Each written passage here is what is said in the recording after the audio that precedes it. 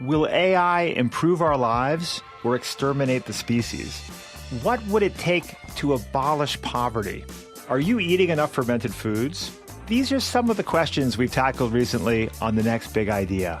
I'm Rufus Griscom, and every week I sit down with the world's leading thinkers for in-depth conversations that will help you live, work, and play smarter.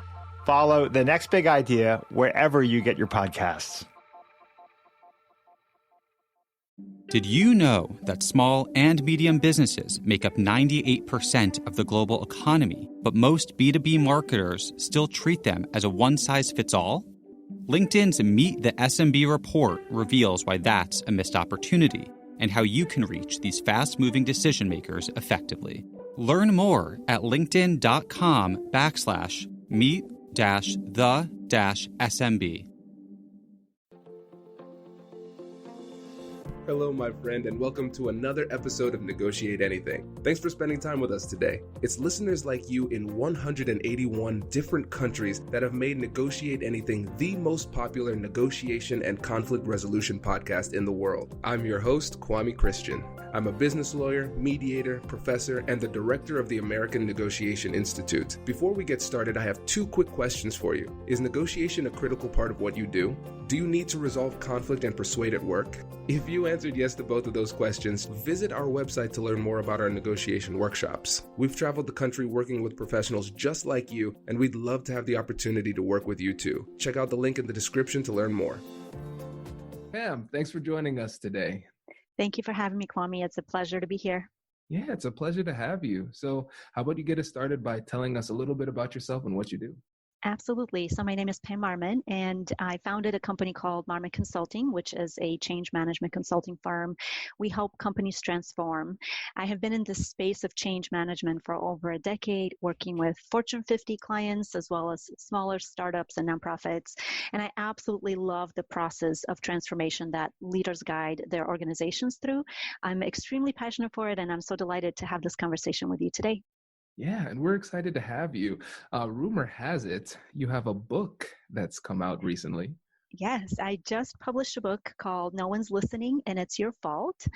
It's a book on communications and helping leaders understand how do you lead your organization through a large transformation to get your message heard, because oftentimes leaders struggle with that concept of communicating and making sure people are engaged so that they can launch a large initiative successfully.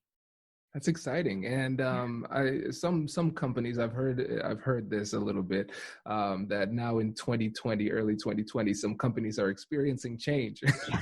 Yes, and I have to call out that it's quite different than what we typically see in the change space, because when we plan change under normal circumstances, we stage it, we time it, we frame it in a certain way. But the circumstances that we're dealing with right now with the global pandemic have really thrown us into just solving for the urgent and survival, really. And so while the change management principles apply, I feel like everything is expedited and elevated. And so you definitely see the stress and the tension in organizations. Absolutely. Makes sense. So maybe if we have time, we'll touch on that too, the differences. But Yeah. As far as it relates to today, the three things that we want to focus on, first, we're talking about the origins of resistance. And then we're going to talk about mindset shifts that we need to make in order to be successful, focusing primarily on the belief that change is difficult. I think that's so cool. And then we're going to actually talk about, at the end, talking about behavior change. What types of things do we need to do and say in order to actually change the behavior? So let's go ahead and start off with the first one, origins of resistance. Yes. So oftentimes we as people have been taught that change is hard. Right. And so this idea that change is difficult leads us to resist it because of this belief. And so I'll just throw out a couple of different reasons why people resist change. One may be this comfort of the status quo. And so the moment you introduce change, it could potentially shift the status quo of the person. There could be a threat of the security or a loss of control, or maybe there's some inconvenience or some failure that is associated with the change. There could also be a lack of trust, maybe trust in the organization, trust in the leader, concerns about the work itself. So if you're introducing something new and you're asking people to do something different, there may be a skill set, also new skill set that they have to learn, or just unfamiliarity. technology. So as we think about the different reasons why people resist change, I guess you could summarize it in terms of loss of power in some sense. There could be a loss of control. There could be a loss of social status. There certainly is a level of risk and a level of unknown that you would have to overcome, the financial stability, and then also perhaps a loss of knowledge, which knowledge is power. And so if you are shifting the way people are doing their work, you could potentially be asking them to let go of something that they're very comfortable with and know very well and embrace something new that they have to learn. Yeah, this is great. And when we think about it from a psychological perspective, we know that people often conflate familiarity and safety, familiarity and what is good, right? And so when we're trying to take these initial steps toward making changes and recognizing these barriers, the sources of resistance, where do we even start? Yeah, so that's a great question. And I think we need to look at the behavior. So, what's associated with some of those behaviors? Sometimes the resistance is active and sometimes it's passive. And so, we as leaders need to be able to understand, recognize what is resistance, what does it look like, what does it sound like, and be able to evaluate, am I seeing resistance in my organization and my people, or is there something else that I need to address? So, for example, active resistance could be just verbal opposition. Maybe they just don't like it and they're verbally aggressive, or maybe there's a reduction in the work and so they're not performing, people are not performing to the level, or hostility within team members. And so oftentimes we see that under elevated stress, we see hostility come up, or just people not responding to emails or not showing up to meetings. Those are symptoms of active resistance. When we think of passive resistance, this one is a little bit trickier because oftentimes it's people withholding information. So maybe they're coming to the meeting, but they're not disclosing everything. Maybe they're holding back. Maybe they're not confronting people, but they're also lacking some productivity there as well. Maybe they're not attacking an individual, but they're not supporting the change. So their behavior is not following, or they're nodding their head, yes, everything sounds good. But then you go live with this initiative and there's no action taken. So those are some of the passive and active resistances that we see in the workplace. It's very important that leaders are able to recognize what would resistance look like. And then prior to launching a large initiative, how do you mitigate that along the way so that you don't come to a point where it's too late? You've built a system, you've opened up the new process, and then nobody is following through. Right. Oh, this is great. And I love the fact that you really pushed on the preparation. You have to anticipate resistance. And I think a lot of times people make the mistake of thinking that their idea is just so brilliant that Right. everybody's going to get on board. And it doesn't work that way. Yeah, or everybody will get on board, or I don't care if anybody gets on board. And I think that's even more dangerous. As a leader, our role is to be able to identify who is impacted. So who are the impacted stakeholder groups? To what degree are they impacted in terms of process, technology, people, so a skill set or something like that? And then for the stakeholder groups that are highly impacted, this is where we layer in extra communications, extra support, extra engagement, extra training that they need, and guide them through that journey so that when you do go live with a large initiative, you've overcome a lot of those barriers. Right. And I like that we're not looking at the organization and the people within the organization as a monolith. There are going to be people who are going to be impacted in different ways, and different people are going to need different types of persuasion. And again, you can't allow yourself to be surprised by that reality in the middle of a conversation. And for the listeners, if you haven't yet downloaded your free negotiation guides, there's going to be a link in the description. Make sure you do that. Go to AmericanNegotiationInstitute.com/guide, and it'll help you to prepare for these difficult conversations so you're not surprised. And going back to active versus passive, this is a really interesting point, because it almost seems as though we would prefer to have active resistance because at least we can see that, because it's hard to solve a problem if you don't know it's there. Exactly. And so to me, as a change leader, I think of resistance as a gift to any organization when you're able to address it early in the process, because if you don't see it and it's not expressed, and there's a culture of putting down resistance or shying away from conflict or shying away from negotiations, you go on this journey to a point where there's a point of no return. Now you're launching it, it's about to happen, yet you fail to engage people and to bring them along that journey. And if there is a place where there's a give and take, really with change, there's a give and take. We're going to take something away from you. We're going to give you something else. We need you to embrace it, or whatever it may be.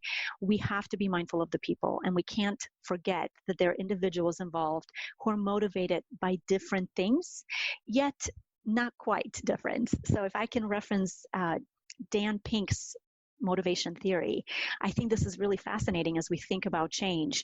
On one hand, people want to know what their purpose is, so they want to align to something big and grand and a beautiful vision that they can support. They want autonomy. They want to be able to be given the freedom to do the work that they need to do as they see best. And then they want to master that work. They want to be really good at it. And so if we couple motivation theory with resistance, with negotiations, with change, like, it is such a beautiful space that we can truly, as leaders, help our people if we have this mindset that change is not hard with the proper process. And this is what I talk about in my book. With the proper process, change is not hard. And it comes down to our ability as leaders to listen. And that, to me, is such a key component of what I practice, because when we as leaders become good listeners, we're able to tap in and understand what motivates people, what they need from us, what we can offer to them. And this is the space of that negotiation that is truly beautiful, because it doesn't have to be a win-lose. You could have a win-win and frame it and stage it well throughout the duration of the change. Right. And what's really interesting about this is because when you talk about listening, we're not just talking about listening in terms of what people are saying with the active resistance. We're also talking about listening to what they're not saying through the passive resistance. Exactly. And one of the activities that I do with organizations that launch large change is called the readiness assessment. And essentially, the readiness assessment is a set of interviews with highly impacted stakeholders. And I walk through a set of questions, including understanding the culture of the organization, understanding effective communications, understanding the role of the leaders within this organization. Who are the influencers? What could resistance look like? What behaviors may surface? What's the level of change saturation in the organization? All of that, along with potential training that may need, all of that, when you bring it together and you look at holistically, how do we stage this change so that it's effective and so it sticks? It really helps us to be well prepared as leaders to listen to the organizations, to hear what has worked in the past, what hasn't worked in the past, and how can we improve, how can we do this better. And surprisingly, over the last decade of me doing this work, the part about engaging people never fails. There is always this hunger and this need for people to participate in the decision making, participate in the design. That ownership that we expect from people stems from us being able to give them that accountability, which truly comes from decision making, because it's hard to hold somebody accountable to a decision they didn't make. Isn't that the truth? And so listening is critical, absolutely critical in this entire process. This is fantastic. And so for the listeners who are listening only on audio, Pam, you can see it. Big smile when you said that. I think that is the 5-star quote of the episode. So listeners, again, if you find something very valuable out of this, just leave us a 5-star review so other people know that there is some good stuff in there and we can share the knowledge. And this was fantastic. I feel like I almost want to spend the rest of my time on this first point, but I think it's important to transition because this next point is really important. The mindset around the belief that change is difficult. And we started to touch on this, but I want to dig deeper into it. So can you tell us a bit more about what you mean by that? Yeah, and I've noticed over the years working with leaders that we have bought into this mindset that change is hard. And so when we believe that change is hard and we start to behave like change is hard, and this is something that is so dangerous for us as leaders, because the moment we accept that change is hard, we start to plant seeds of discontent and fear in our organizations.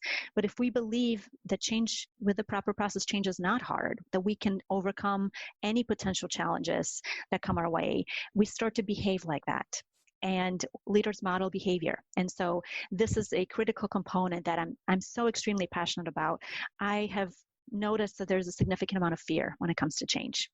Fear from organizations and fear from individuals, whether it's in the workplace or at home. There is fear. And I want to help people overcome this fear, because I truly believe that when we overcome the fear and we address the essence of why we fear change, which is, as we talked earlier, power, control, all of these things, then we can proactively mitigate it, and we can catch ourselves, and we're aware of our just mindsets of how we think about the world, and we can stop that behavior, we can stop those thoughts, and we can redirect them in a positive way so that we can get the outcomes that we want. This is fantastic. And it sounds almost as if the belief that change is difficult serves as a self-fulfilling prophecy. Exactly. And so if you walk into it thinking this is going to be hard, people are not going to like it, we're going to have so much trouble launching this work. Yeah, probably. You're right. You will. But if you walk into it thinking, we have a good idea of how we're going to do this, we don't know all the right answers, but we have smart people that we work with, and we care about them, and we care about engaging them, and we want to empower them to be part of this process. We want them to be successful in the future. We want to equip them with the right tools.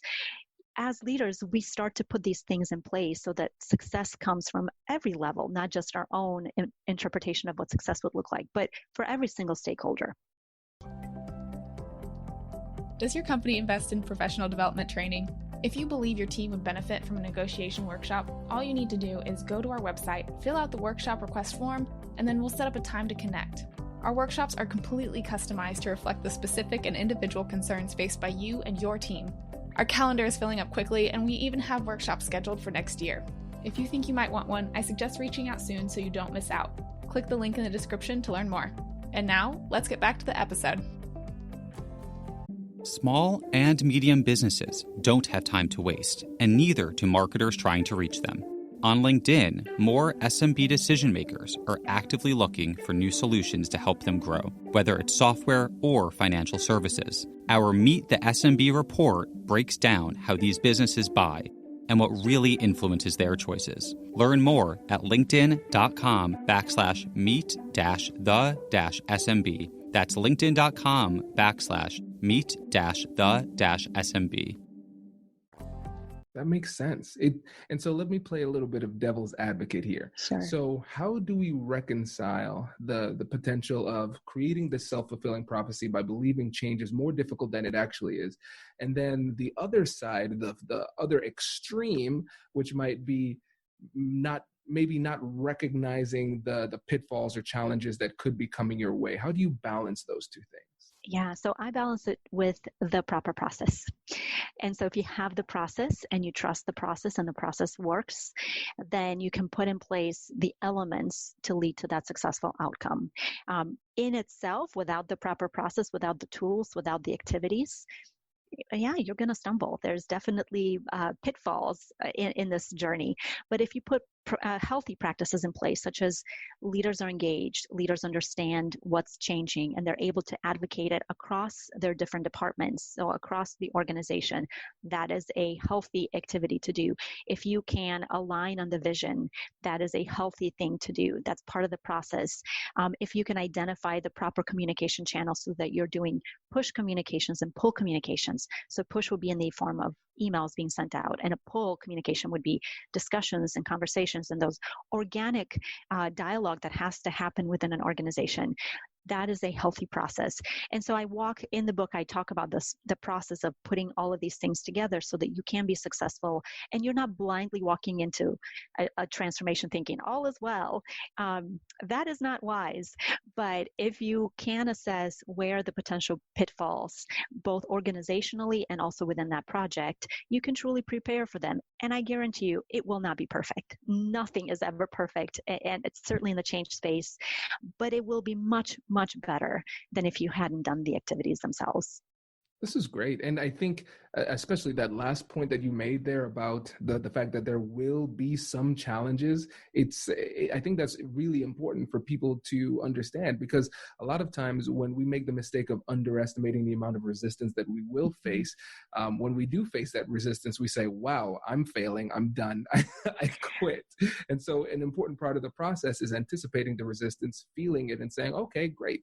This isn't something that's a threat to me. This is more information that I need in order to be more effective in utilizing this process and moving forward. Absolutely. And sometimes it's systematic challenges that we face. So the challenge, and as you mentioned it, it's so easy to say, well, my project is failing, therefore I'm failing, therefore I'm a failure. That is not true at all. We don't want people to think that they're failures, because I know that we have good listeners on your show who want to do good work. What we want to be able to do is step back and say, what are the systematic challenges that we face in our culture? Is there a culture accepting of decisions and how decisions are made? Is there a culture holding people accountable? Is there a culture okay with us telling people what to do, or do they prefer not to be told what to do and kind of figure it out on their own? And then troubleshoot and continuously do that throughout the duration of the work, so that if something is not going down the proper process, then you can address it early on. I do want to highlight, and when it comes to resistance, there's a really great book that I love called Beyond the Walls of Resistance by Rick Maurer. And he talks about 3 different categories of resistance. You have the intellectual, you have the emotional, and then you have the personal. So with the intellectual resistance, usually falls under this bracket of, I don't understand it. And typically we address that with communications. So you don't understand what the concept is of what the change is, great, we can work it out. The second one is emotional. I don't like it. I don't like it. I don't know, it doesn't sit well with me or whatever. Oftentimes what we have to do is create space for people to process and be comfortable with what's said and what's not being said, and the tension that could exist. And then the personal, I don't trust you, or I don't trust the company. That one is the hardest one to overcome, because if there's broken trust within leadership, what we have to do is rely on the help of other leaders to bring the organization along. And for the leader that is mistrusted, to take ownership of their behavior and repair those relationships. So I thought that was a beautiful way, as we think of resistance, kind of at that level of intellectual, emotional, and personal, to just to categorize what we see in the workplace and to help leaders understand what tactics do I use based on the type of behavior I'm observing. This is great. Yeah, it makes a lot of sense. And in your experience working with companies, and of course, confidentiality in mind, what was the biggest challenge for you persuasively? Oh, what a great question. I have worked with some incredibly smart organizations, really gifted people, truly gifted, who are doing incredible work. And the biggest challenge with organizations that I have faced is this need for every voice to be heard, and every opinion to matter, and every decision to be socialized at every level. And that's challenging, because it's difficult to move a large initiative and engage every single person. And so one thing that I recommend to leaders is, let's think of ways that we can create engagement throughout the duration of the project without giving away necessarily the decision-making rights. And so, because that's important to leaders to own those. But we do want to be able to tap into the individuals throughout the duration of the work, so that we don't surprise them and then they don't feel like this happened to them. This is what we want to avoid, change happening to people. We want them to feel like they made change happen. And so when we think of control, what we can internalize in terms of what is within my control, we want to put people in that position of feeling like they're in control of their destiny, of their work, as much as we can, and help them see themselves as part of that solution. This is great. Yeah, makes a lot of sense. And with the time remaining, because I know you have a hard stop, I want to move on to the third point, which is behavior change. And this is great because we've been touching on this a little bit, but what are the differences now when we're talking about behavior change on the micro and macro level? Yeah, great question. So we can talk about what leaders can do. So as leaders, what's within our control, and what we can do as we look at different changes happening in the organization, we need to be mindful of change saturation. And change saturation happens when we do too much change. I don't advocate for that. I think it's dangerous, but I do see a lot of ambitious leaders who want to bring on a lot of change at the same time. So what we as leaders can do is stage the change as much as possible so that our people are not bombarded with too much change, because at some point they will shut down. So that to me is a very important leadership skill that we can do. The second thing that we can do is engage people. So rather than just pushing out communications or creating beautiful PowerPoint decks, talk to people, have a conversation with people, because I think this is where the true rich dialogue happens, when people converse. Oftentimes people think that they communicate via email and it's so effective, but the reality is email is probably the least effective communication channel that we can leverage. And it's very popular, but it should never be the only thing that we do. So if we want to change behavior for ourselves and our people, make sure that you're engaging people through various different formats of communicating. And then the last one would be around resistance. So being able to recognize, what does resistance look like within my organization? How do I mitigate around it? How do I address it when it comes? So how can I proactively prepare for resistance and anticipate it? Because I guarantee you it will come. It is there. There is no change that goes, 100% as planned. It just doesn't exist. So I think that's another mindset that we as leaders can embrace. I will face resistance and it will probably look like this, and this is my plan to mitigate it. All of these things are important. And then on the macro level, as we think about the organizations, when we have strict rules about everything, and this is more around the culture of the organization, we demonstrate lack of trust. So if there's strict rules about everything, people are sensing that you don't trust them. That's why you've put all of these rules in place. If you have unnecessary bureaucracy in your organization, that will lead to increased politics. If you have burdensome processes that are heavy, that will lead to slower speed. And if we pull ourselves out and say, as leaders, what is my role? Certainly on the macro level, we can talk to people, we can mitigate risk, we can help manage the change.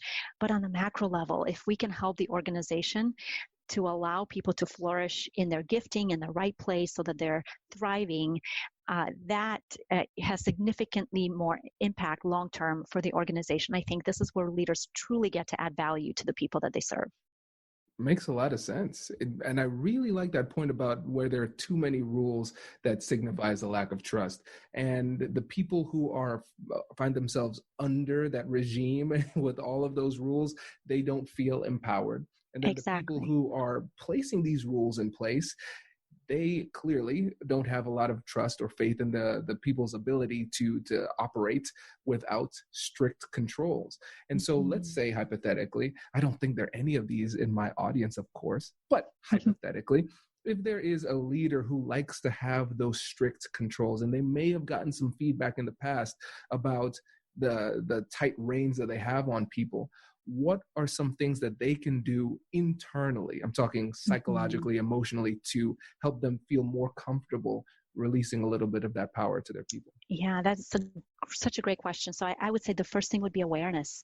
Oftentimes leaders are just not aware that they're doing certain things that are holding back their people. And so how do we get awareness? Certainly through feedback from other people, but also through reflection on ourselves as leaders. Have we been guilty of micromanaging people? And also when we think of control, how much control do we exert on people's work, or how they do the work, or what it looks like, or if we're giving directions but vague and then we expect certain things to look a certain way. All of that is really important as we reflect on our own behaviors, and then we gather feedback from our people to, so that we can actually resolve ourselves, or release ourselves really from certain behaviors that are not helpful for the individual. That's great. And circling back to the concept of change saturation, I think that's the first time I've heard those two words put together like that. And it makes a lot of sense, because if you overwhelm somebody with too much change at one time, you're going to have a point of diminishing returns. And what's interesting in all of this is that there's clearly science behind everything, but there's a lot of art and a lot of finesse around it. You have to blend the art and the science, and it's going to be a lot of feel.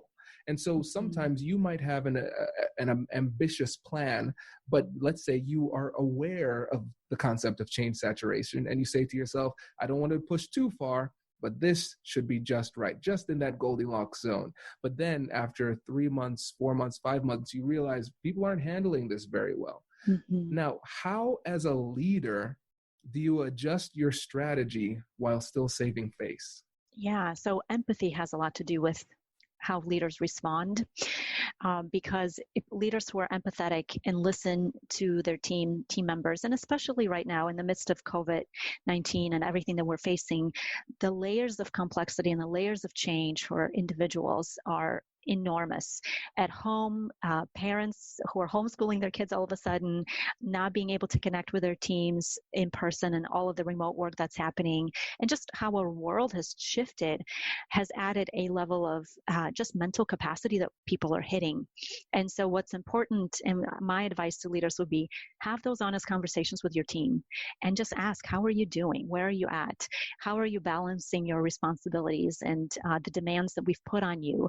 And where you can, help them address any levers or anything that would be holding them back from performing to their best level.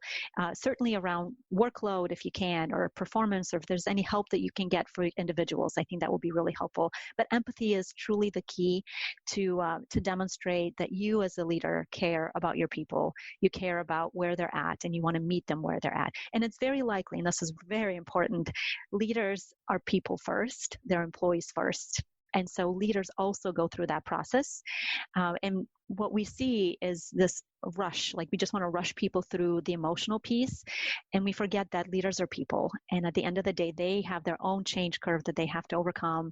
They have their own burdens that are heavy on them that they need to address. And they need the space and the proper way to address the mental heaviness that's on them as well. Yeah, makes sense. And you know what? After hearing you talk on this specific issue, I feel as though you should write a book on it. Book number 2. Absolutely. I really want to help leaders overcome the fear of change. And I want to help them see that it is within their power and within their ability to lead organizations successfully through transformations and through change. And with the proper process, they can do that, and the proper tools in place, they can find success and they can alleviate some of that resistance or the pain that people could feel if the change is not done well. Right.